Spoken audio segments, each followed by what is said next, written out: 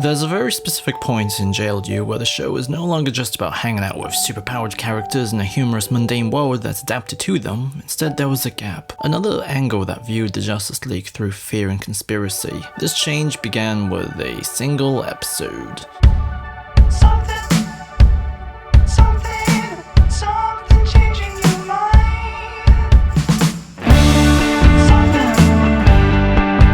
To talk about this episode, we have to understand its title. How pedantic of me. Fearful Symmetry, which is a phrase from William Blake's poem The Tyger, something I'm sure everyone loved learning about back in school. It was a sister poem to Blake's other poem, The Lamb, but instead of exploring innocence, it questions the duality between beauty and destruction. The main question posed by the poem is, why? How could God create something as harmless and timid as a lamb, but also create something as lethal and ferocious as a tiger? Every stanza poses a specific question. Fearful Symmetry focuses on what does the tiger tell us about its creator. The first stanza is, Tiger, tiger, burning bright, in the forest of the night, what immortal hand or eye could frame thy fearful symmetry? Doesn't it feel great to be back studying English literature? The tiger here is a work of art, described as fire, both beautiful and dangerous in how mesmerizing it is. Thus, in turn, these qualities must reflect the traits of God. But fire also connotes danger, so stay the fuck away from the tiger. As a result, Fearful Symmetry has two popular interpretations. Either this is an indictment of the Christian God, because if he's supposed to be all loving and all good, why would he create the tiger who hunts and kills a gentle lamb?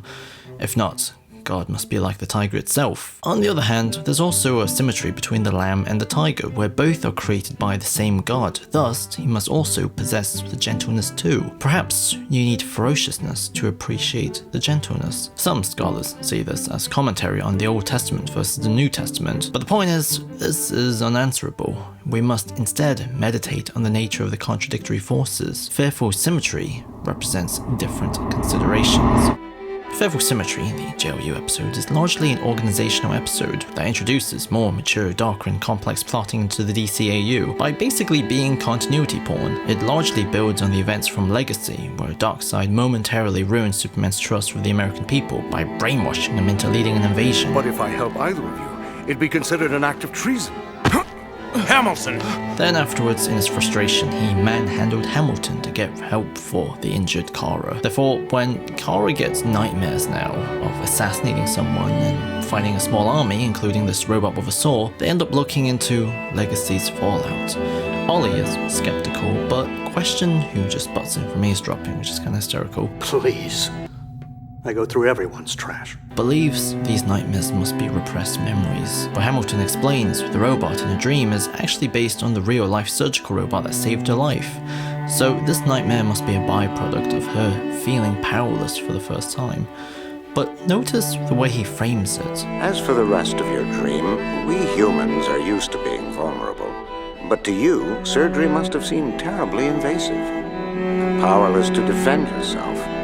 It's possible your mind constructed a scenario of fighting back.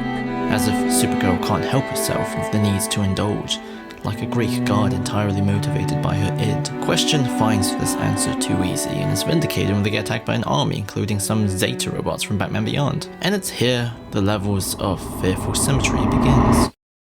There's a fearful symmetry to the characters themselves. Careful detail is given to the soldiers they fight. You can see how, despite their different power and skill levels, the three Justice League members took on a small army and won. Sounds like I'm overthinking this, because it's an action cartoon where this is now the ordinary, but the way the soldiers get scared enough to retreat humanizes them unexpectedly.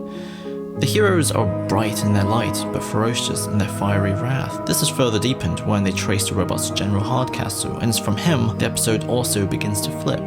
He was the general who couldn't stop Superman's invasion and had to leave as a result. And he reveals, Who will?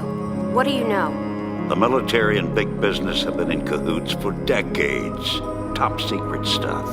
Experiments on metahumans, mutants, aliens. Searching for new technologies both for national security and profit. The fearful symmetry from the heroes are the dangers of their powers and the world that's changing and reshaped by this consideration, and is further exemplified by Superman's actions as the arc develops. It is for the people's own good. That sounds like something Lex would say. However, there's also another side. The world itself is the fearful symmetry, where perhaps the heroes isn't the tiger, but they are the lambs who are walking into the flames of something else. The bad guys are Cadmus. Okay, there's no point in me teasing. They're a shadow cabinet funded by the government and private businesses to deal with the potential threat of superheroes. You've got a spaceship floating over our heads with a laser weapon pointing down. In another dimension, 7 of you overthrew the government and assassinated the president. We're the good guys, protecting our country from a very real threat. You. Subsequently, what makes this episode and Cadmus so dark is the way it undermines the sense of harmony JLU had at this point. There was a sense of security you could take for granted in the way our heroes were trusted in a simpler world. How can I win back the trust of an entire planet? One person at a time. But now there's secrets and complications that undermine the warm fantasy, the forces the heroes can't fight. You can't punch money, information, or distrust. And if I were you, I wouldn't probe the situation too closely. Rich boy. Cadmus not only represents patriotic suspicion towards the shift in potential national power that the League represents, but also the undermining of the fantasy of the superhero, a deconstruction whose existence asks, can superheroes exist in a more complicated world where more political, economic, and informational power are their oppositional forces? Mr. President, if we're where I think we are, Cadmus is your only option. Within the borders of this episode, this is symbolized by the reveal that Supergirl isn't having nightmares, but the visions of her clone. A little more mature than you. A big-boobed clone called Galatea. She is Kara, but without the morality, as she needs to kill her counterpart in order to preserve the secrecy of her assassinations, but also, as the question expands, it works both ways. She sees what Kara sees, and feels her conscience, thus making killing harder. It bites having someone in your head, doesn't it? In this moment, Kara is the lamb, and Galatea is the tiger, and Cadmus has become gods in their own rights, creating something that reflects their own qualities. They don't want agency or innocence, because neither is trustworthy. They want obedience. The purpose of the Cadmus Project was to create a popular group of superheroes who are completely loyal to the government, unlike those loose cannons in the Justice League. Thus, a conscience is their enemy. He was my hero.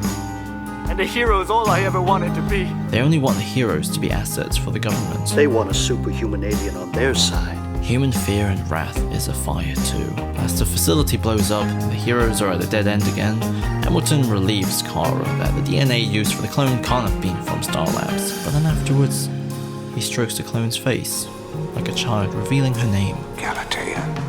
What immortal hand or eye could frame thy fearful symmetry? He wants to see the heroes in a dehumanizing way, despite how caring and empathetic they are. But that innocence of the heroes works Both ways, doesn't it? There's a moment where Hamilton sends Galatea off.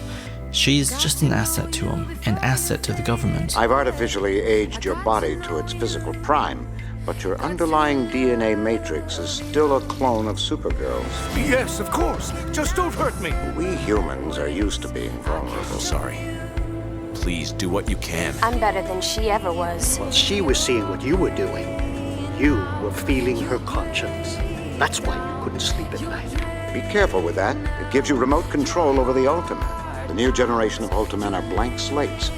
They don't think except to follow your commands. Your commission has been reactivated. You're back in the Air Force. I'm committed to the Justice League now, sir. You also made a commitment to the service, Captain. They have no initiative and they feel no pain. When this light is on, the Ultimen are in puppet mode. They are little more than an extension of your will. What happened? Cadmus turned him against us.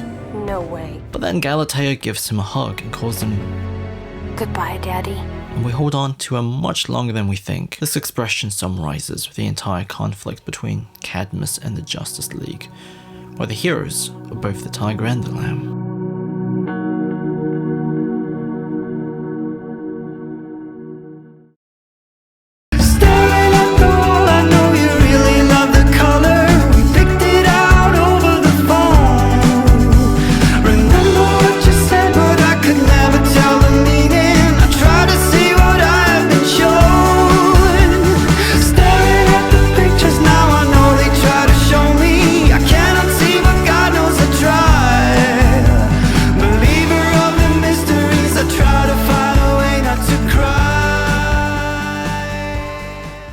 Alright, so that was the Fearful Symmetry video, and I just want to say I'm calling it out. Michael Rooker is going to be Bibbo Lebowski in Superman Legacy.